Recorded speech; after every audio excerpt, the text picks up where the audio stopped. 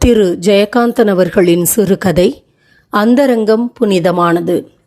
ஒரு நிமிஷம் இருங்கள், கூப்பிடுகிறேன். நீங்கள் யார் பேசுறது என்ற கேள்வி வந்ததும் பல்லை கடித்துக்கொண்டு பதில் சொன்னான். நான் அவர் மகன் வேணு. சற்று கழித்து அவனது தந்தையின் குரல் ஃபோனில் ஒலித்தது. ஹலோ, நான் தான் சுந்தரம். அதுவரை இருந்த தைரியம், ஆத்திரம், வெறுப்பு யாவும் குழம்பி வேணுவுக்கு உதடுகளும் நெஞ்சும் துடித்தன. அவனது பேச்சு குளறிற்று. இருந்தாலும் சமாளித்து கொண்டு பேசினான். நான் வேணு பேசுகிறேன். நான் உங்களோடு கொஞ்சம் பேசணும், தனியாக பேசணும். சரி, இன்னும் கொஞ்ச நாளிலே நான் வீட்டுக்கு வந்துடுவேன். இல்லை, அதை பற்றி வீட்டில் பேச எனக்கு விருப்பம் இல்லை. நீங்கள் அங்கேயே இருக்கிறதானா இப்போவே 10 நிமிஷத்தில் நான் அங்கே வரேன். ஓ, ஐ சி. சரி, வாயே. தேங்க்ஸ். ரிசீவரை வைத்துவிட்டு நெற்றியில் பொங்கி இருந்த வியர்வையை துடைத்து விட்டு கொண்டான் வேணு. இன்னும் கூட அவனுக்கு நெஞ்சு படபடத்து கொண்டிருந்தது. அவன் என்னென்னவோ பேச தன்னைத்தானே ஒரு மகத்தான காரியத்திற்கு தயார் செய்து கொள்கிற தோரணையில் உள்ளங்கையில் குத்தி கொண்டு செருமினான். இது என்னோட கடமை. இந்த குடும்பம் சீர்குலையாமல் பாதுகாக்க வேண்டியது என்னோட கடமை. ஒரு சின்ன பையன் தன் மகனே தன்னை கண்டிக்கிற அளவு தான் நடத்தை கெட்டு போனதை அவர் உணர வேணாமா? மானக்கேடான விஷயம்தான். நான் ஆத்திரப்படாமல் நியாயத்தை பேசி அவரோட கேடுகெட்ட ரகசியத்தை அவருக்கே முதல்ல அம்பலப்படுத்தணும். அதெல்லாம் இல்லை, அப்படி இப்படின்னு அவர் மழுப்ப பார்ப்பார். அவரோட மேஜை டிராயரில் இருந்த அந்த கடுதாசியை, கர்மம், காதல் கடிதம், அதை ஞாபகமாக எடுத்துக்கிறேன். என் மேஜை டிராயருக்கு கள்ளச்சாவி போட்டையோன்னு அவர் ஆத்திரப்படலாம். இவர் கள்ளக்காதலை கண்டுபிடிக்க நான் செய்த இந்த கள்ளத்தனம் ஒன்றும் பெரிய தப்பில்லை. முந்தா நாள் ராத்திரி கூட அவளோட 2வது ஷோவுக்கு சினிமாவுக்கு போயிருந்ததை பார்த்த அப்புறம்தானே இந்த தொடர்பின் முழு உண்மையையும் கண்டுபிடிக்கணும்னு நானே அவர் அறையை சோதனை போட்டேன். வேணு அவசரமாக உடை அணிந்து வெளியே புறப்படுகிற சமயத்தில் லேடிஸ் கிளப்புக்கு கிளம்பி கொண்டிருந்த அவன் தாய் ரமணியம்மாள் எதிர்பட்டாள். சில நாட்களாகவே அவனது போக்கும் பேச்சும் ஒரு மாதிரியாக இருப்பதை அவளது தாய் உள்ளம் உணர்ந்தது. இப்போது அவனை திடீரென பார்த்ததும் அவனது தோற்றத்தை கண்டு அவள் கலவரமடைந்தாள். அவன் சரியாக சாப்பிடாமல் தூக்கம் கூட இல்லாமல் இருக்கிறானோ என்று அவனது சோர்ந்திருக்கும் தோற்றத்தை கண்டு சந்தேகம் கொண்டாள். இவன் இளைத்து கருத்து போயிருந்தான். ஷவரம் செய்து கொள்ளாததால் மேலுதட்டிலும் மேவாயிலும் கன்ன மூலங்களிலும் இளரோமம் அடர்ந்திருந்தது. அவன் எதை குறித்தோ மிகுந்த மனோவியாகுலத்திற்கு ஆளாகி இருக்கிறான் என்று அவன் கண்களில் கலங்கிய சோர்விலும் கீழ் இமைகளுக்கு அடியில் படிந்திருந்த கருமையிலும் அவள் கண்டுகொண்டாள். அவன் வயது வந்த ஆண்மகன். அவனுக்கு ஏதேனும் அந்தரங்கமான பிரச்சனைகள் இருக்கலாம். அதில் தான் தலையிடுவது நாகரிகமாகாது என்ற கட்டுப்பாட்டு உணர்வுடன் அவள் அவனை நெருங்கி வந்தாள். என்னடா வேணும், எங்கு கிளம்பிட்டே என்று ஆதரவாக அவன் தோள்களை பற்றினாள். அவனுக்கு உடம்பு கூசிற்று. கொஞ்சம் வேலை இருக்கு என்று அழுத்தமாக அவன் பதில் சொன்னான். What is wrong with you? சரி, என்னவாக இருந்தாலும் நான் உனக்கு உதவ முடியும்னா சொல்லு என்று ஆங்கிலத்தில் கூறினாள். தேங்க்ஸ் என்று அவளை கடந்து போக எத்தனிக்கையில் அவனை நிறுத்தினாள் அம்மா. போய் என்னவோ ஸ்பெஷலாக டிஃபன் பண்ணியிருக்கா சமயக்கார பாட்டி, சாப்பிட்டுட்டு போயேன் என்று கொஞ்சி உபச்சாரம் செய்துவிட்டு தனக்கும் நாழியாவதை கை கடிகாரத்தில் பார்த்துவிட்டு அவள் வெளியேறினாள். வேணு ஒரு வினாடி தலை குனிந்து யோசித்து நின்றான். இந்த அசட்டு அம்மாவை இந்த அப்பாதான் எப்படி ஏமாற்றி துரோகம் புரிந்து கொண்டிருக்கிறார் என்று தோன்றியது வேணுவுக்கு. அதன் பிறகு இந்த வயதிலும் இவள் செய்து கொள்ளுகிற அலங்காரமும் பவுடர் பூச்சும் உதட்டு சாயமும் கை உயர்ந்த ரவிக்கையும் கீச்சு குரலில் பேசுகிற இங்கிலீஷ் பேச்சும் காண வயிற்றை பீறிக்கொண்டு ஆத்திரமும் அருவருப்பும் பொங்கிற்று அவனுக்கு. ஹாலில் அப்போதுதான் கான்வென்ட்டிலிருந்து வந்திருந்த அவனது 2 தம்பிகளும் 6 வயது தங்கையும் சோஃபாவில் அமர்ந்து ஷூஸையும் சாக்ஸையும் கழற்றி கொண்டிருந்தனர். அவர்களை பார்க்கும்போது வேணுவின் நெஞ்சில் துக்கமும் பரிவும் பொங்கி அடைத்தன. இந்த பொறுப்பற்ற தாயும் ஒழுக்கங்கெட்ட தந்தையும் இந்த குழந்தைகளின் எதிர்காலத்தை குட்டிச்சுவராக்கிவிடப் போகிறார்கள் என்று நினைத்தபோது இதற்கு தான் என்ன செய்ய முடியும் என்று குழம்பினான் அவன். இதற்கு நான் ஏதாவது செய்தாக வேண்டும். அது என் கடமை. நான் என்ன இன்னும் சின்ன குழந்தையா? எனக்கு 21 வயதாகிறது. Legally I'm an adult. திடீரென்று அவன் தன்னை வளர்த்த தாத்தாவையும் பாட்டியையும் நினைத்து கொண்டான். நல்ல வேளை, இந்த கேடுகெட்ட சூழ்நிலையில் வளராமல் போனேனே நான். வேணுவின் தந்தை சுந்தரமும் தாய் ரமணியும் 25 வருடங்களுக்கு முன் கல்லூரியில் படித்து கொண்டிருந்த காலத்தில் காதலித்து திருமணம் செய்து கொண்டவர்கள். இருவரும் வெவ்வேறு ஜாதியினர் என்பதால் பெற்றோரை விரோதித்து கொண்டே அவளை கைப்பிடித்தார் சுந்தரம். ரமணியம்மாள் சிறு வயதில் கான்வென்ட்டில் படித்து வெள்ளைக்கார பாணியில் வளர்க்கப்பட்டவள். மேற்கத்திய கலாச்சாரத்தில் அவளது குடும்பமே திளைத்தது. அக்காலத்தில் சுந்தரத்திற்கு அவளிடம் ஏற்பட்ட ஈடுபாட்டிற்கு அதுவே கூட காரணமாக இருந்திருக்கலாம். அந்த ஈடுபாட்டின் காரணமாக பெற்றோரையும் விரோதித்து அவளை கலப்பு மனம் புரிந்து கொண்ட பின் 2 ஆண்டு காலம் பெற்றோருடன் தொடர்பே இல்லாதிருந்தார் சுந்தரம். புத்திர பாசத்தை துறந்திருந்த சுந்தரத்தின் தந்தை கணபதியா பிள்ளையும் அவர் மனைவி விசாலமும் பேரக்குழந்தையை பார்க்க கிராமத்திலிருந்து ரயிலேறி பட்டணத்துக்கு ஓடி வந்தார்கள்.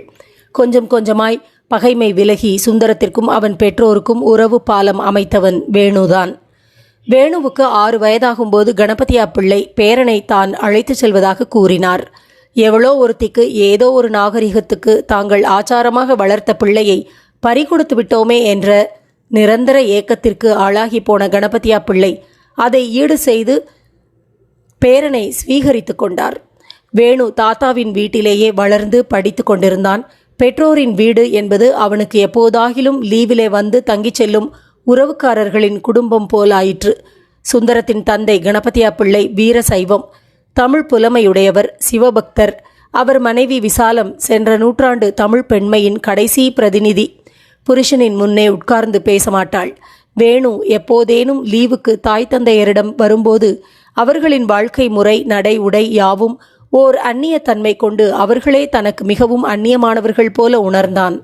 சிறு வயதில் எல்லாம் அந்த அனுபவம் தாத்தா பாட்டியிடம் போய் சிரிக்க சிரிக்க விளக்கி சொல்லி பரிகசிக்கவே அவனுக்கு உதவிற்று.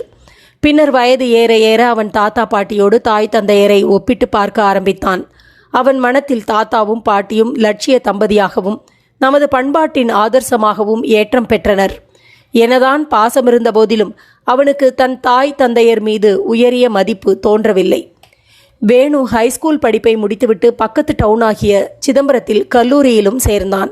அவன் கல்வி எவ்வளவுதான் நவீனமுற்றிருந்த போதிலும் அவனது வாழ்க்கை நவீன முறைகளுக்கு இலக்காகவில்லை. இப்போது கல்லூரி படிப்பு முடிந்த பின் அவன் சென்னைக்கு வந்து சில மாதங்கள்தான் ஆயின. அவனால் தாத்தாவையும் பாட்டியையும் பிரிந்து வரவே முடியவில்லை. நான் ஒன்றும் உத்தியோகம் பார்க்க வேணாம், படித்தவங்க எல்லாம் நகரத்துக்கும் உத்தியோகத்துக்கும் போகிறதுனாலே தான் நம்ம தேசம் இப்படி இருக்கு, நான் இங்கேயே இருந்து விவசாயத்தை பார்த்து கொள்கிறேனே என்று அவன் தாத்தாவிடம் எவ்வளவோ சொல்லி பார்த்தான். அவன் யோசனை பாட்டிக்கும் கூட பிடித்திருந்தது. ஆனால் வெகு நேரம் கண்களை மூடிக்கொண்டு சாய்வு நாற்காலியில் உட்கார்ந்திருந்த தாத்தா பாட்டியிடம் பதில் சொன்னார். நீயும் என்ன அவனோடு சேர்ந்து பேசுகிற? நம்ம பையனை விட்டுட்டு இருந்தப்போ உன் மனசு கேட்டுதா? அது மாதிரி தானே அவனை பெத்தவளுக்கும் இருக்கும். படிப்புன்னு ஒரு காரணத்தை வச்சு இவ்வளவு காலம் இருந்தாச்சு. இப்போ அவன் பெத்தவங்களுக்கு பிள்ளையா அங்கே போய் இருக்கிறது தான் நியாயம். நான் வரலன்னு அங்கே யாரும் அழலை என்று மறித்து சொன்னான் வேணு. வேணு, நீ எங்களோட இருக்கிறதுல உன்னை விட எங்களுக்கு சந்தோஷம்னு நான் சொல்லணுமா? இப்போ நீ கொஞ்ச நாள் போய் இரு, அப்புறம் போக போக பார்ப்போம். இவ்வளவும் சொல்கிறேனே, நீ அந்த பக்கம் ரயிலேறி போனப்புறம் நானும் உன் பாட்டியும் எப்படி நாளை தள்ள போகிறோமோ, அதுக்கு என்ன, நீ லீவிலே போவியே, அந்த மாதிரி போய் கொஞ்ச நாள் அங்கே இரு, என்ன நான் சொல்கிறது என்று அவர் எவ்வளவோ சமாதானங்கள் கூறிய பின்னரே அவன் சென்னைக்கு வர சம்மதித்தான். முன்பெல்லாம் லீவு நாட்களில் வந்து முழுசாக 2 மாதங்கள் தன் தாய் தந்தையோடு தங்கியிருந்தபோது ஏற்படாத சலிப்பு இப்போது 2 வாரங்களில் ஏற்பட்டது. அவனுக்கு ஒன்றுமே பிடிக்கவில்லை. தன் தாயும் தந்தையும் டைனிங் டேபிளில் எதிரெதிரே உட்கார்ந்து கொண்டு சாப்பிடுவதும், காலையில் 8 மணி வரைக்கும் அவள் தூங்குவதும், தன் தந்தை ஓடி ஓடி தாய்க்கு ஊழியம் செய்வதும் அவனுக்கு அருவருப்பாக இருந்தன. அவன் மனதில் 60 வயதாகியும் அதிகாலையில் எழுந்து நீராடி மஞ்சளும் குங்குமமுமாய் திகழும் பாட்டியின் உருவமே அடிக்கடி எழுந்தது. அவள் தாத்தாவுக்கு இந்த வயதிலும் பணிவிடை புரியும் மகத்துவத்தை எண்ணி எண்ணி ஒவ்வொரு நிகழ்ச்சியாக கற்பனையில் கண்டு இவர்களின் நடைமுறையோடு அவன் பொருத்தி பார்த்தான். இந்த அப்பா சரியான பெண்டாட்டி தாசன் என்று தோன்றியது அவனுக்கு. இந்த அம்மா பாட்டுக்கு சினிமாவுக்கு போவதும் லேடிஸ் கிளப்புக்கு போவதும் அதை பற்றி அவர் ஒன்றுமே கேட்காமல் இருப்பதும், அதே மாதிரி அவரை பற்றி இவளும் அக்கறை இல்லாமல் இருப்பதும், ஐய என்ன உறவு, என்ன வாழ்க்கை என்று மனம் சலித்தது. சரி, நமக்கு என்ன போயிற்று, தாத்தாவின் வார்த்தைக்கு கட்டுப்பட்டு கொஞ்ச நாள் இருந்துவிட்டு கிராமத்தோடு போய்விட வேண்டியதுதான் என்றிருந்த வேணுவுக்கு மேலும் அதிர்ச்சியையும் ஆத்திரத்தையும் அருவருப்பையும் மூட்டத்தக்க அந்த சம்பவம் சென்ற வாரம் நடந்தது. இரவு 8 மணி இருக்கும். டெலிஃபோன் மணி அடித்தது. சுந்தரம் அப்போது மாடியில் இருந்தார். வேணு ரிசீவரை எடுத்தான். ஹலோ. அவன் ஃபோன் நம்பரையும் சொன்னான். நான் தான் வத்சலா பேசுகிறேன். காலேஜிலேயே மீட் பண்ணணும்னு வந்தேன். நீங்கள் அதுக்குள்ளே போயிட்டீங்க. சவுண்ட் ஆஃப் மியூசிக் இன்னைக்கு தான் கடைசியாம். நைட்டு போகலாமா? என்ன ஒன்றும் சொல்ல மாட்டேங்கிறீங்க? வேணுவுக்கு ஒன்றும் புரியவில்லை. அது ஒரு ராங் நம்பர் கால் என்று அவன் ஆரம்பத்தில் கொண்ட சந்தேகம் காலேஜில் மீட் பண்ண வந்ததாக கூறியதில் அடிபட்டு போயிற்று. எதுவும் செய்ய தோன்றாமல் ரிசீவரை டெலிஃபோன் மீது வைத்துவிட்டு அந்த அறையை விட்டே ஓடி போய்விட்டான் வேணு. பக்கத்து அறை தனிமையில் உட்கார்ந்து கொண்ட வேணுவின் மனம் அலைபாய்ந்தது. அப்பாவை தவிர வயது வந்த ஓர் ஆணின் குரல் வேறு யாருடையதாகவும் இருக்காது என்ற தைரியத்தில் வழக்கமாக பேசுகின்ற ஒருத்தியாகத்தான் அவள் அந்த வத்சலா இருக்க வேண்டும் என்று அவன் உறுதியாக நம்பினான். சற்று நேரத்தில் மீண்டும் மணி அடித்தது. அடித்து கொண்டே இருந்தது. வேணு இருந்த இடத்தை விட்டு நகரவில்லை. மாடியிலிருந்து இறங்கி வந்த சுந்தரம் தானே போய் ரிசீவரை எடுத்தார். ஹலோ. டெலிஃபோன் நம்பரை சொன்னார். வேணு மௌனமாக எழுந்து சென்று டெலிஃபோன் இருக்கின்ற ஹாலுக்கும் அவன் இருந்த அறைக்கும் இடையே உள்ள பலகையில் காதை வைத்துக்கொண்டு உரையாடலை கவனித்தான். ஆம், ஒட்டு கேட்டான். அவன் தந்தை ஆங்கிலத்தில் சொல்லிக் கொண்டிருந்தார். இல்லையே, நான் மாடியில் இருந்தேன். It's all right. ஒருவேளை என் மூத்த மகனாக இருக்கலாம். ஆமாம், அவன் ஊர்லேயே இருந்தான். இப்போ தான். ஆமாம். வேறு யாரும் அடல்ட் இல்லையே?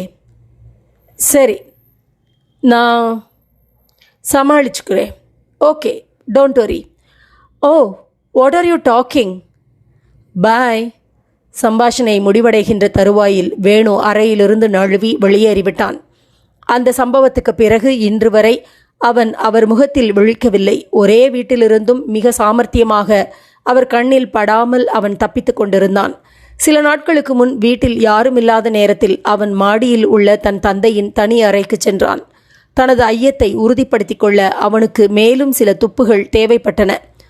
மாற்று சாவிகள் போட்டு அவரது மேஜை, அலமாரி முதலியவற்றை திறந்து துருவினான். அவ்விதம் ஒரு திருடனைப் போல் நடந்து கொள்வதில் அவனுக்கு அவமானம் ஏதும் ஏற்படவில்லை. அதனினும் பெருத்த அவமானத்துக்கு அவனை ஆளாக்கத்தக்க சில துப்புகள் கிடைத்ததால் அந்த தனது காரியம் சரியே என்று அவன் நினைத்தான். நான் ஏன் பயப்பட வேண்டும்? தப்பு செய்கிற அப்பாவை கண்டு நான் ஏன் ஒழிய வேண்டும்? இதை பற்றி அவர் புத்தியில் உரைக்கிற மாதிரி நான் எடுத்து கூறி அவரை திருத்த வேண்டும். இது என் கடமை. எப்படி, எங்கே அவரிடம் இதை பற்றி பேசுவது?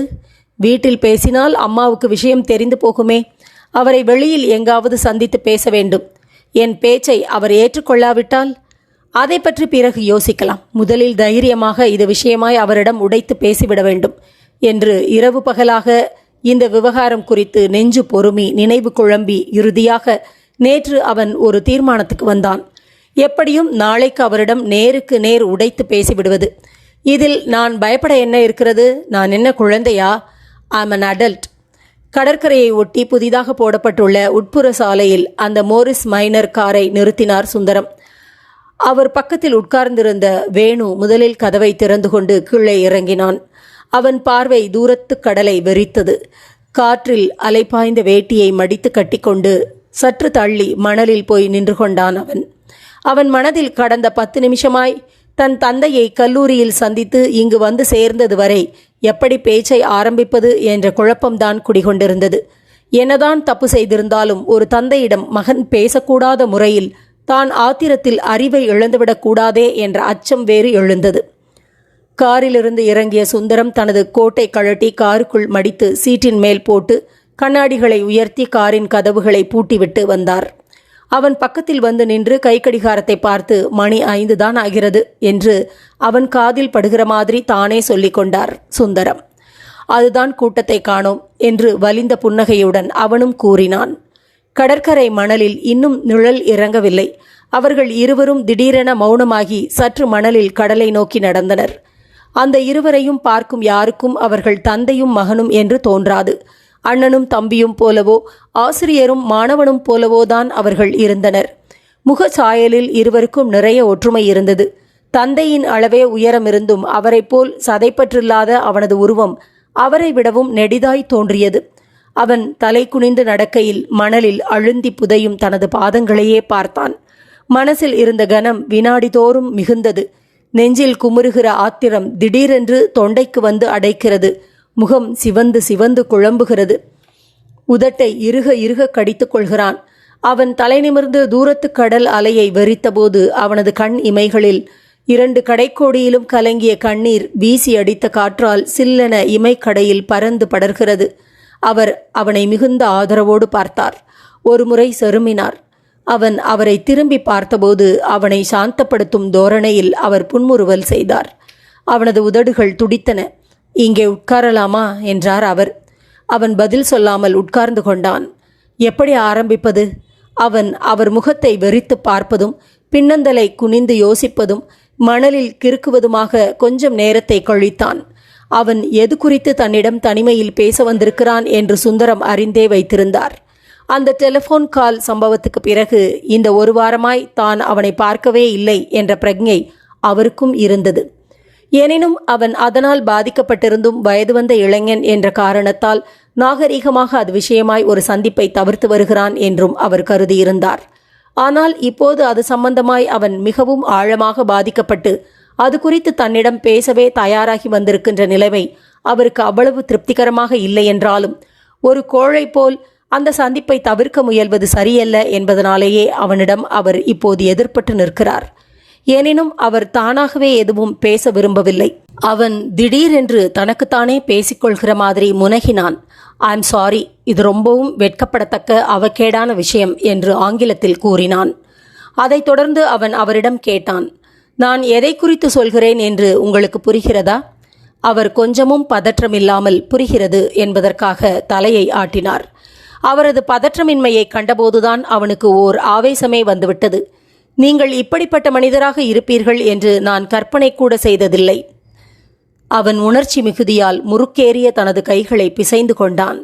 காற்றில் தலை கலைந்து பறக்க குமுறுகின்ற உள்ளத்து உணர்ச்சிகளை அடக்கி கொண்டு மார்பு பதைபதைக்க சீறி சீறி மூச்சு விட்டான். வேணு, டோன்ட் பி சில்லி, நீ என்ன சின்ன குழந்தையா? பொறுமையா யோசி என்று அவனது தோளில் தட்டி கொடுத்தார் சுந்தரம்.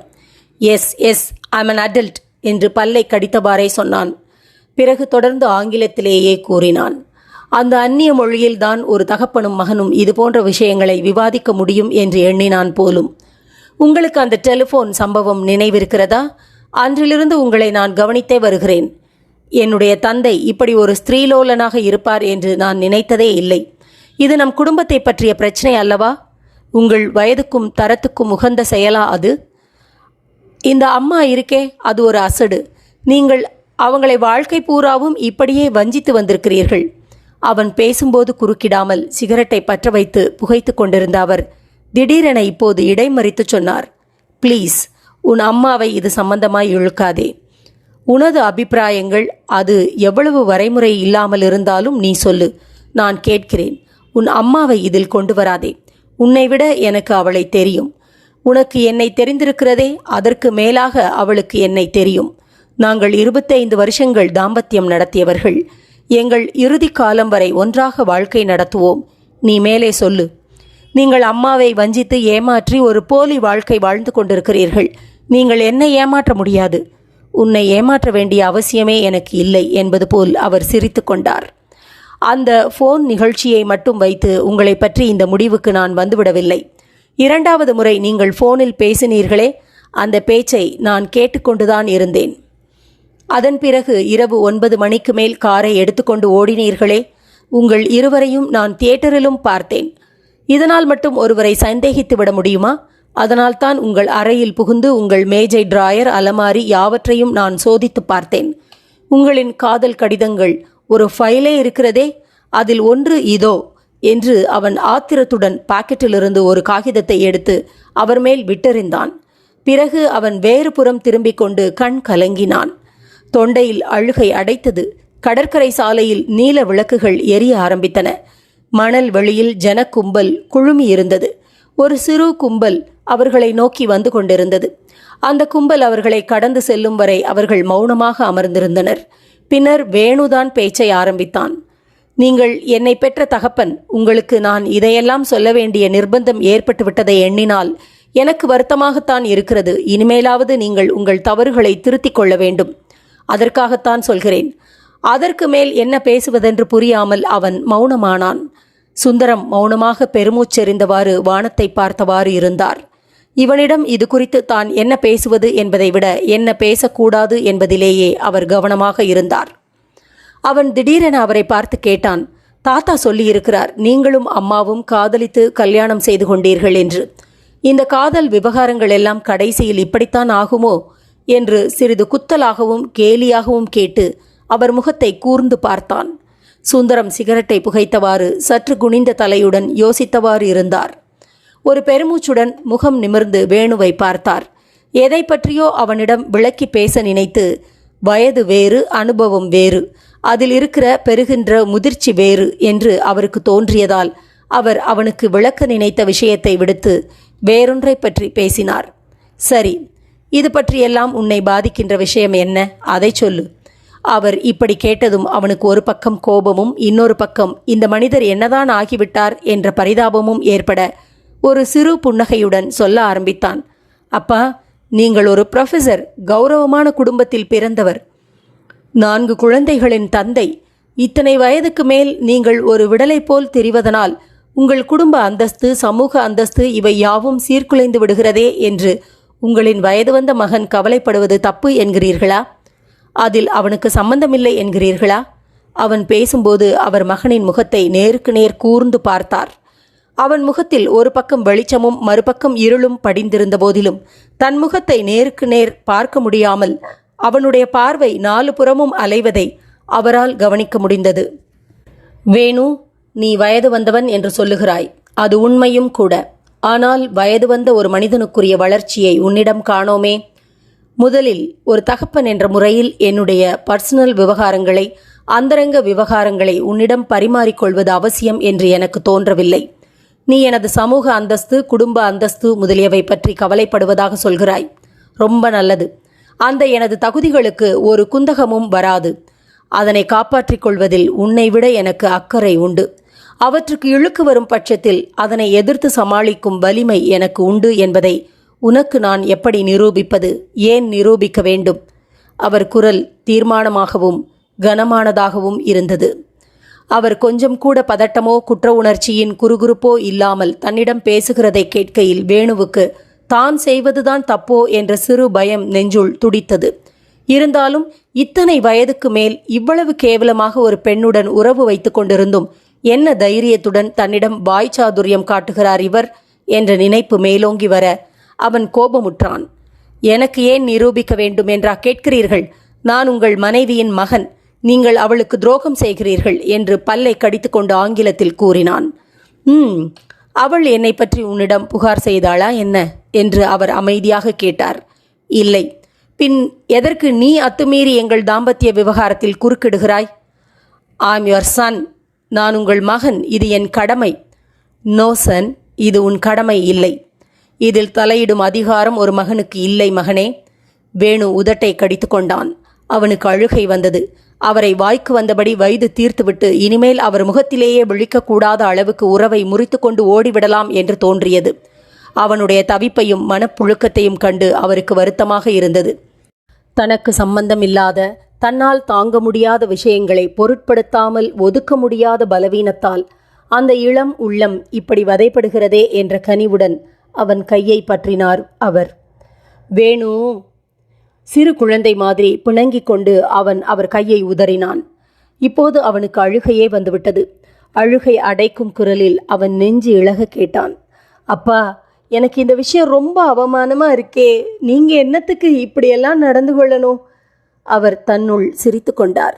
மை பாய், வயது வந்த ஆண் பிள்ளை என்று மீசை முறுக்கிற நீ இப்படி கேட்கலாமா? உன்னோட நல்ல உணர்ச்சி எனக்கு புரியுது. என்னை பற்றி தப்பா தோணினதால் அதை மனசிலேயே அடக்கி வை. காலப்போக்கிலே எது சரி எது தப்பு, எந்த அளவுக்கு எது தப்பு எது சரி உனக்கு போக போக புரியும். நீ செய்த காரியங்களை எல்லாம் உன்மேல் பாசமுள்ள ஒரு தகப்பன்கிற முறையிலே நான் மன்னிக்கிறேன். யோசிச்சு பார். தகப்பனின் தனிப்பட்ட விஷயங்களை தெரிஞ்சுக்கிறதுக்காக ஒரு மகனே அவனை உளவு பார்க்கறதும் கள்ளத்தனமா அவனது அந்தரங்கங்களில் பிரவேசிக்கிறதும் ரொம்பவும் அவமானகரமானது இல்லையா? நான் உன்னுடைய ஸ்தானத்தில் இருந்தா இந்த செயலுக்காக வாழ்க்கை முழுவதும் வெட்கப்படுவேன். அவர் அவனை மன்னித்து விட்டதாகவும் அவன் செய்த குற்றத்துக்கு அவனை வெட்கப்படும்படியாகவும் கூறுவதை அவனால் புரிந்து கொள்ளவே முடியவில்லை. எனினும் தொடர்ந்து அவரிடம் தான் பேசி அவரை திருத்துவதோ அவர் குற்றத்தை ஒப்புக்கொள்ளச் செய்வதோ தனது சக்திக்கு அப்பாற்பட்டது என்று அவன் உணர்ந்தான். அம்மா, அவர்கள் பெற்ற பிள்ளைகளிலேயே ரமணியம்மாளை அம்மாவென்றும் சுந்தரத்தை அப்பாவென்றும் அழைப்பவன் வேணு ஒருவன்தான். மற்றவர்கள் அனைவரும் மம்மி டாடி தான். மாடி வராந்தாவில் வந்து நின்ற வேணு அம்மா என்று அழைத்தபோது ரமணியம்மாள் சாவகாசமாக ஈசி சேரில் சாய்ந்து ஜூலியன் ஹக்ஸ்லி எழுதின ஒரு புத்தகத்தை புரட்டி சுவாரஸ்யமான ஒரு பாராவை படித்து கொண்டிருந்தாள். வேணு அந்த புத்தகத்தின் அட்டையை கூர்ந்து பார்த்து வாய்க்குள் படித்து கொண்டான். Knowledge, morality and destiny. அம்மா, நீ படிக்கிறதுக்கு இடைஞ்சலாக வந்துட்டேனா? சீச்சி, இதென்ன ஃபார்மாலிட்டி, வா இப்படி உட்காரு என்று கனிவுடன் அழைத்தாள் ரமணியம்மாள். வேணு வராந்தாவில் கிடந்த ஒரு நாற்காலியை இழுத்து போட்டு அமர்ந்தான். அவனுக்கு என்ன பேசுவதென்றே தெரியவில்லை. ரமணியம்மாள் அவனை வாஞ்சையோடும் தனக்கு இவ்வளவு பெரிய பிள்ளை இருப்பதை திடீரென உணர்ந்த பெருமிதத்தோடும் பார்த்து கொண்டிருந்தாள். அவன் கை விரல்களின் நகத்தை பீய்த்தவாறு குனிந்த தலையோடு ஏதோ யோசித்து கொண்டிருந்தான். இத்தனை நாட்களுக்கு பிறகு அவன் தன் மனத்தில் உறுத்தி கொண்டிருக்கும் ஏதோ ஓர் அந்தரங்கமான அவனது பிரச்சனை குறித்து தன்னோடு விவாதிக்கவோ யோசனை கேட்கவோ வந்திருக்கிறான் என்பதாக எண்ணி ஒரு வகை பூரிப்புக்கு ஆளாகிவிட்டிருந்தாள் அவள். எனினும் அவன் பேச தயங்குவதைக் கண்டு அவளே ஆரம்பித்தாள். என்ன வேணும், இங்கே உனக்கு லைஃப் ரொம்ப போர் அடிக்கிறதோ? என்று தலை நிமிர்ந்த வேணு, போர் அடிக்கிறதுங்கிறது இல்லை, எனக்கு இந்த லைஃப் பிடிக்கலை. நான் என்ன இருந்தாலும் ஒரு மொஃபெசல் டைப் தானே. நீங்கள்லாம் ரொம்ப நாகரிகமாக அல்ட்ரா நாகரிகமாக வாழற வாழ்க்கை எனக்கு சரிப்பட்டு வரல என்று சொல்லிவிட்டு மீண்டும் தலை குனிந்து உள்ளங்கையில் விரலால் சித்திரம் வரைய ஆரம்பித்தான். சற்று நேர மௌனத்துக்கு பின் ரமணியம்மாள் சொன்னாள், உன்னுடைய குழப்பம் என்னன்னு எனக்கு சரியாக புரிஞ்சுக்க முடியல. நாங்கள் இத்தனை வருஷமாக எப்படி வாழ்ந்து வரோமோ அப்படித்தான் இருக்கோம்னு நான் நினைக்கிறேன். புதுசாக பொருத்தமில்லாத அல்ட்ரா நாகரிகம் ஏதும் வந்துட்டதா எனக்கு தோணலை. உன் மனசில் இருக்கிறத வெளிப்படையாக சொன்னாத்தானே எனக்கு புரியும் என்று அவனிடம் கேட்டுக்கொண்டிருக்கையிலேயே இவன் மனசில் எண்ணத்தை வைத்துக்கொண்டு இவ்விதம் குழம்புகிறான் என்று அறிய அவளும் பிரயாசைப்பட்டாள். எனக்கு இங்கே ஏண்டா வந்தோம்னு இருக்குது. யாரோ அந்நியர் வீட்டில் இருக்கிற மாதிரி இருக்குது. இங்கே உள்ள பழக்க வழக்கங்களும் எனக்கு ரொம்ப அந்நியமாக இருக்குது. உங்கள் உறவுகளும் பாசமும் எல்லாம் வெளிப்பூச்சாக இருக்குது. நீங்கள் ரொம்பவும் பொய்யானதொரு வாழ்க்கை வாழறீங்க.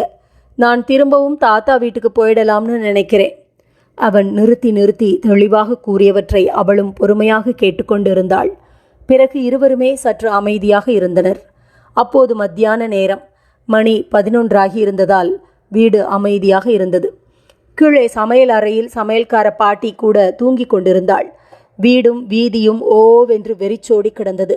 வேணு, திடீர்னு உனக்கு இப்போ இது ஒரு பிரச்சனையாகி போன காரணம் என்ன? தாத்தா வீட்டு வாழ்க்கைக்கும் நம்ம வீட்டு சூழ்நிலைக்கும் நிறைய வித்தியாசம் இருக்கும்னு எனக்கும் புரியுது. ஆனால் உன் வயசுக்கு நியாயமாக அந்த வாழ்க்கை தானே போர் அடிக்கணும். சரி, ருச்சிகள்ங்கிறதே பழக்கத்தினால் படிக்கிற பயிற்சி தானே. ஆனாலும் இதுதானே உன் வீடு. உனக்கு பிடிச்ச மாதிரி நீ இங்கே வாழறத யாராவது தடுக்கிறாங்களா என்ன?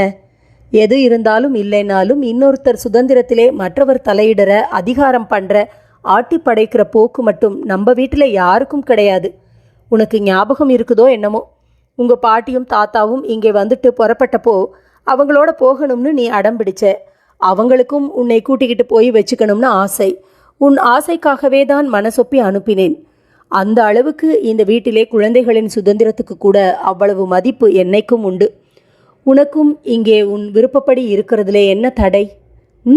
சொல்லு வேணும் என்று முகத்தை பார்த்தபோது அவன் மௌனமாக அவளை வெறித்து பார்த்தான். அதனாலே உனக்கு ஊருக்கே போகணுங்கிறதுக்கு வேற ஏதோ காரணம் இருக்கணும்னு எனக்கு தோணுது. என்ன, சரிதானே என்று லேசான சிரிப்புடன் கேட்டாள் ரமணியம்மாள். ஆமாம், வேற காரணம் இருக்கு என்று கூறி தன் மனதுள் கிடந்து அரிக்கும் தந்தையை பற்றிய உண்மைகளை அவளிடம் கூறுவதற்கு வார்த்தைகள் கிடைக்காமல் அவன் தவித்தான். வேணு, அதுவும் இல்லாமல் நீ என்னென்னவோ சொல்றியே, ஏதோ வெளிப்பூச்சுன்னும் பொய்யின்னும் இந்த வாழ்க்கையை பற்றி ஏதோ சொன்ன. என்ன விஷயம்? நீ எப்படி எங்களை பற்றி அப்படி அவசரப்பட்டு ஒரு முடிவுக்கு வரலாம்? நீ எதை வெளிப்பூச்சுன்னு நினைக்கிற? எல்லா வாழ்க்கையிலும் ஏதோ ஒரு அளவுக்கு ஏதோ ஒரு விதமான வெளிப்பூச்சு இருக்கத்தான் செய்யும். வேணும், நீ எதை பற்றி சொல்கிற? உன் மனசு ரொம்ப ஆழமாக காயப்பட்டு தான் இப்படி ஒரு வார்த்தை உன் வாயிலிருந்து வருதுன்னு எனக்கு தோணுது. என்ன நடந்தது சொல்லேன். இப்போது அவன் சட்டைப்பையிலிருந்து கர்ச்சீஃபை எடுத்து மூக்கையும் கண்களையும் அழுந்த துடைத்து கொண்டான். முகமே சிவந்து குழம்பி இருந்தது. அம்மா, எனக்கு அப்பாவின் நடத்தை பிடிக்கல என்று வானத்தை வெறித்தவாறு முகம் திரும்பி கூறினான். அவளிடமிருந்து பதில் இல்லை. அந்த தைரியத்தில் அவள் முகத்தை திரும்பி பாராமல் தொடர்ந்து சொன்னான். உனக்கும் அப்பாவுக்கும் மனஸ்தாபம் வருமே, உங்கள் குடும்பத்தின் அமைதி என்னாலே கெட்டுப்போகுமேன்னு நினச்சி தான் நான் இத்தனை நாளாக குழம்பிக்கிட்டே இருந்தேன். கெட்டுப்போகிற ஒரு குடும்பத்தின் அமைதி மட்டும் கெடாமல் இருப்பது எத்தனை நாளைக்கு முடியும்? அவர் உனக்கு துரோகம் பண்ணுறாரம்மா. இது எனக்கு தெரிஞ்சும் நான் இதை உன்னிடம் மறைச்சு வச்சா அந்த துரோகத்துக்கு நானும் உடந்தைன்னு அர்த்தம். இந்த அவமானகரமான குடும்பத்திலே இருக்க எனக்கு பிடிக்கல. அவரை நானா திருத்த முடியும்? முடிஞ்சா நீ திருத்து, அது உங்க விஷயம், நான் போறேன் என்று படபடவென்று கூறிவிட்டு அதற்கு மேல் அந்த தாயின் முகத்தை பார்க்க தைரியம் இல்லாமல் அவன் அங்கிருந்து ஓடிவிட துடித்தான். அவன் மனசில் அவள் அழுவாளோ, அழுது கொண்டே அவரை பற்றி குத்தி குடைந்து எதையாவது கேட்பாளோ, ஆத்திரப்பட்டு அந்த துரோகம் இழைத்த கணவனை சபிப்பாளோ, தான் பலகாலம் சந்தேகப்பட்டு மனசில் வைத்திருந்த விஷயம் மகன் வரைக்கும் தெரிந்துவிட்டதே என்று அவமானத்தால் சாம்பி விடுவாளோ என்று அஞ்சியே ஒரு குற்றவாளி மாதிரி அவன் அவளிடமிருந்து தப்பியோட எத்தனித்தான். வேணு என்று அமைதியான உணர்ச்சி மிகுதியால் சற்று கனத்துவிட்ட அவனது தாயின் குரல் அவனை தடுத்தது. அவள் முகத்தில் தான் எதிர்பார்த்த எந்த குறியும் இல்லாமல் அவள் மிகுந்த கனிவுடன் புன்னகை காட்டி உட்காரு என்றதும் நாற்காலியிலிருந்து எழுந்த வேணு மீண்டும் உட்கார்ந்தான். நீ ஏதோ உன் வாழ்க்கை சம்பந்தப்பட்ட பிரச்சனை எதையோ பேச போறேன்னு நான் நினைச்சேன். அப்பாவை பற்றி பிரச்சனையா இது? நல்ல வேடிக்கை என்று அவள் கசிந்து சிரித்தாள். அப்படின்னா உனக்கு ஏற்கனவே அதை பற்றியெல்லாம் தெரியுமா என்று முனகுவது போல் கேட்டான் அவன். நான் அதை பற்றியெல்லாம் தெரிஞ்சுக்க விரும்பினதில்லை வேணு என்று ஆழ்ந்த சிந்தனையுடன் கூறினாள் அவள். அவள் தொடர்ந்து சொன்னாள். இதோ பார், அவர் உன் அப்பாங்கிறது எவ்வளவு உண்மையோ, என் புருஷன்கிறது எவ்வளவு உண்மையோ அவ்வளவு உண்மை அவர் ஒரு ப்ரொஃபஸருங்கிறதும், அவர் ஒரு பெரிய அறிவாளி, படிப்பாளி, சமூக அந்தஸ்து மிக்கவர்ங்கிறதும் இல்லையா? அவன் ஒன்றும் பதில் சொல்லவில்லை. அவளே சொன்னாள். நீ எதுக்காகவெல்லாம் உன் அப்பாவை நினைச்சு பெருமைப்படலாமோ அதையெல்லாம் விட்டுட்டு எதை பற்றி உனக்கு முழுசா தெரியாதோ, எது ரொம்பவும் அந்தரங்கமானதோ அதை குடைஞ்சு வருத்தப்படுறதும் அவமானப்படுறதும் சரின்னு தோணுதா உனக்கு? அவன் திடீரென்று கொதித்து போய் சொன்னான். முழுசா தெரிஞ்சுதான்மா பேசுகிறேன். I have proof. என்னால் நிரூபிக்க முடியும். அவருக்கு வந்த ஃபோன் கால், அவர் பேசுகிறத நான் என் காதாலே கேட்டேனே. அன்றைக்கி ராத்திரி தியேட்டர்லே அதுக்காகவே போய் இந்த கண்ணால் பார்த்தேனே. அவர் ரூமில் இருக்கிற ட்ராயர்லே அவருக்கு வந்த லவ் லெட்டர்ஸ் ஒரு ஃபைலே இருக்குது. அவர் முகத்திலேயே அதை வீசி எறிஞ்சப்ப அவராலேயே அதை மறுக்க முடியலை. அம்மா, oh, it's a shame on you. Proofs இருக்கான், ப்ரூஃப்ஸ். வேணு, பெரிய மனிதர்களையும் பிரபலமானவங்களையும் அவதூறு செய்யறதே தொழிலாக கொண்டிருக்கே சில மஞ்சள் பத்திரிக்கைங்க. அவங்ககிட்டேயும் அதுக்கெல்லாம் ப்ரூஃப் இருக்கும். அதுக்கெல்லாம் ப்ரூஃப் இருக்காதுன்னா அதை மஞ்சள் பத்திரிக்கைன்னு கௌரவமானவங்க ஒதுக்குறாங்க. அது ஒரு மனுஷனுடைய பெருமை, திறமை எல்லாத்தையும் விட்டுட்டு அவனுடைய அந்தரங்கமான பலவீனங்களை பற்றி பேசுறதை ஒரு பிழைப்பாக வச்சிருக்கிறதுனாலே சமுதாயத்துக்கோ நாகரீகத்துக்கோ கேடுதானே ஒழிய லாபம் இல்லை. அதனாலே தான் நாம் மஞ்சள் பத்திரிகைகளை கண்டா அருவருத்து ஒதுக்குறோம். இப்போ நீ பண்ணியிருக்கியே, இதுக்கும் அதுக்கும் என்ன வித்தியாசம் சொல்லு? நீயும் அவங்க மாதிரி தான் ப்ரூஃப் இருக்குது என்கிற. வேணு, எனக்கு உன்னை நினச்சி ரொம்ப வருத்தமாக இருக்குது. Shame, it's a shame on you என்று ரமணியம்மாள் காதுகளை பொத்தி கொண்டாள். நீ நிஜமாக இப்படியெல்லாம் செய்தியா வேணு? எவ்வளவு உயர்ந்த மனுஷனை எவ்வளவு கேவலமாக நடத்திட்ட என்று கூறுகையில் உடலும் மனமும் அவளுக்கு பதறின. இவள் என்ன மனுஷி, இவள் என்ன மனைவி என்று புரியாமல் திகைத்தான் வேணு. அம்மா, உன்னுடைய நல்லதுக்கும் இந்த குடும்பத்தோட நன்மைக்கும் தான் தப்புன்னு தெரிஞ்சும் நான் அவர் விஷயத்திலே அப்படி நடந்துக்கிட்டேன் என்று அவளுடைய நிலைமையை பார்த்து அவன் சமாதானம் கூற முயன்றான். வேணு, எனக்கு ரொம்ப வருத்தமாக இருக்குடா. அவரை நினச்சி இல்லை, உன்னை பார்க்குறப்போ எனக்கு ரொம்ப வருத்தமாக இருக்குடா.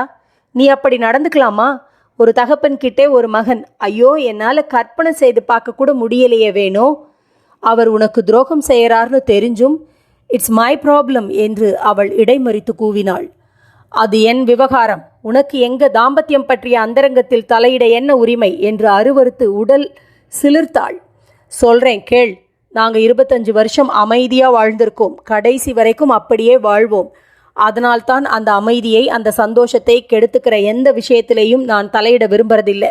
எனக்கும் லேசா தெரியும். அதனால் என்ன, என்னை விட அவருக்கு இனிய துணை யாரும் இருக்க முடியாது. நீ சொல்றியே, அதை பற்றி எனக்கு மனசுக்குள்ளே ஆழ்ந்த வருத்தம் உண்டுதான். இதை சொல்லும்போது எவ்வளவு அடக்கியும் அடங்காமல் அவளது இதயத்தில் பாறையாய் ரகசியமாய் கனத்து கிடக்கும் ஓர் ஆழ்ந்த துயரம் உருகிற்று. கண்களில் தாரை தாரையாய் வடியும் கண்ணீரை மூக்கு கண்ணாடியை கழற்றி துடைத்தவாறே அங்கிருந்து எழுந்து சென்று வராந்தாவில் ஒரு நிமிஷம் நின்று தன்னை திடப்படுத்தி கொண்டு மீண்டும் மகனின் எதிரே அமர்ந்தாள். வேணு, நீ நினைக்கிற மாதிரி வாழ்க்கை அவ்வளவு சிம்பிள் இல்லடா. அது ரொம்ப சிக்கலானது, குழப்பமானது வேணு. அந்த சிக்கலிலும் அந்த குழப்பத்திலும் எப்படி ஒரு குடும்பத்தை அமைதியாகவும் சந்தோஷமாகவும் நடத்துறதுங்கிறது தான் வாழ்க்கை கலை. பொறுமையும் சகிப்புத்தன்மையும் இல்லைன்னா அன்பு காதல்ங்கிறதுக்கெல்லாம் அர்த்தமே இல்லை. உன்னை மாதிரி நான் நடந்துக்கிட்டு இருந்தா இந்த குடும்ப அமைதியும் அவரோட கௌரவமும் குலைஞ்சு போகிறதுக்கு நானே காரணமாகி போயிருப்பேன். என்னுடைய பொசசிவ்னஸ்க்காக, என்னுடைய பிடியில் அவர் இருக்கணுங்கிறதுக்காக இந்த குடும்பத்தோட அமைதியையும் அவரோட கௌரவத்தையும் என் குழந்தைகளின் எதிர்காலத்தையும் விலையாக கொடுக்கிற அளவு நான் சுயநலக்காரி ஆகிறது எவ்வளவு கேவலமானது. இப்படியெல்லாம் நான் சொல்றதை கேட்டு நான் ஏதோ ரகசியமான சோகத்தை அனுபவிச்சுக்கிட்டு வாழறேன்னு நீ கற்பனை செய்து கொள்ளாதே. ஆனால் என் மனசிலே ஒரு சின்ன துயரம் இல்லாமல் இல்லை. முழுமையான ஆனந்தம் என்பது அவ்வளவு சுலபமானதா என்ன? பேச எனக்கு உரிமை இருக்கா இல்லையாங்கிறது பிரச்சனையே இல்லை. அதனால என்ன பலன்னு யோசிக்க வேண்டாமா? இப்போ என்ன நஷ்டம்னு நான் யோசித்தேன். நான் அதை பற்றி பேசாதது ஒரு பண்பு வேணும். ஆமாம், ஒருத்தரை நாம் மதிக்கிறோங்கிறதுக்கு என்ன அர்த்தம்? அவங்களோட அந்தரங்கத்தை, பிரைவசியை தெரிஞ்சுக்கிறதுக்கு பலவந்தமாக முயற்சி செய்யாமல் இருக்கிறது தான். ஒருத்தர் மேலே அன்பு செலுத்துறதுன்னா என்ன? அவங்களோட அந்தரங்கமான ஒரு பலவீனம் நமக்கு தெரிஞ்ச போதிலும் அதுக்காக அவங்களோட மற்ற தகுதிகளையும் பெருமைகளையும் குலைக்காமல் அந்த பலவீனமும் சேர்ந்ததுதான் அவங்கன்னு புரிஞ்சு கொள்றது தான். ஓ, ஒருவரின் அந்தரங்கம் எவ்வளவு புனிதமானது! இட்ஸ் சம்திங் செக்ரெட் வேணும். இதில் இன்னொரு இரண்டாவது நபரின் பிரவேசம், அது யாராயிருந்தாலும் ரொம்ப காட்டுமிராண்டித்தனமானது, அசிங்கமானது. அம்மா, நீ அவரோட மனைவி, சோ வாட்? அந்த உரிமையை நான் துஷ்பிரயோகம் செஞ்சா அந்த உரிமையே எனக்கு மறுக்கப்படலாம் இல்லையா? உன் விஷயத்தில் அவர் அப்படி இருப்பாரான்னா கேட்டே. இருக்கிறார் வேணும். ஒரு புருஷன் தன் மனைவியையோ ஒரு மனைவி தன் புருஷனையோ சந்தேகப்படுறதுக்கும் பரஸ்பரம் அந்தரங்கமான விவகாரங்களை எல்லை கடந்து ஆராயறதுக்கும் காரணமே கிடையாது.